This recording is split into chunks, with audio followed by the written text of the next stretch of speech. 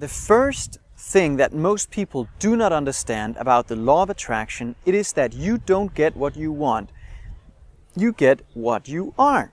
And for us to understand who we really are, we have to realize that we live on 3 planes of existence at the same time. We are a spiritual being, we live in a physical body, and we're gifted with a mind that can think. And the mind operates on 2 planes. We have the conscious thinking mind, the subjective emotional mind, and the mind controls the physical instrument, the body that we're living in. So the body is really just the instrument of the mind. So when we say we don't get what we want, what we're really saying is we don't get what we want on a conscious level. You can set goals all day long, but nothing will change in your life until you shift your vibration, until you bring congruency between thoughts, feelings, and actions. So we don't get what we want on a conscious level, we get what we are emotionally involved in. Andrew Carnegie summed it up really well. He said any idea held in the mind that's emphasized, that's either feared or revered, will eventually begin to clothe itself in the most convenient and appropriate form available. So he's really saying, regardless of whether or not you fear it or hold it in a high regard, you will attract it. We don't get what we want, we get more of what we already are. So anything you can do to bring your mind in harmony with your vibration on a subjective level, you should do to continuously attract what you want into your life. That's number 1. We don't get what we want, we get more of what we already are. That's the first step. The second step is that there's 2 phases to the law of attraction that most people don't understand and surely don't talk about. You have to desire better.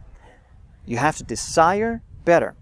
So it's a want on a conscious level that is integrated. That becomes a subjective desire for more. Desire has to be coupled with an expectant attitude.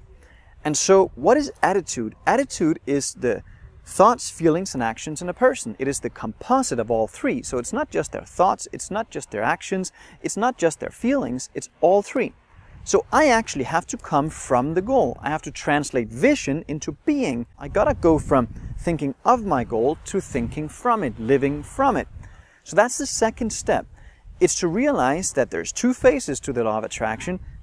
Desire coupled with an expectant attitude. You have to think from the goal, feel from the goal, and act from the goal. And that leads us to step number 3. Step number 3 is based on the law of sacrifice. You have to let go of something lesser in order to achieve something greater. The space has to be created, and most people are unwilling to do that. They say, well, once it arrives, I'll be happy to go and get rid of the old model. Well, it doesn't work that way. When you get rid of the old model, you create space for the new model. And that's where uncertainty comes in, because you and I, as a human being, we've been programmed to live through our senses and only relate ourselves to what's going on around us. We have to have faith that when we give up the lesser, we must, by law, make space for the greater. And that concept will absolutely happen in your life as well. It happens by law for anyone, anytime. You could call it the vacuum law of prosperity as well. It works as an exact law, not for some and not for others, but you have to be willing to sacrifice the old model before you can expect to attract something new, whether that be the relationship, the business, whatever it is you're involved in that really doesn't serve you when it comes to your goal. All right? Now is a good time to make sure you stay dialed in to all this great information, feel from the goal, and act from the goal. It's not who you are that holds you back, there's perfection within you. What is holding most people back from what they really want in their life are all the illusions of who they think they're not.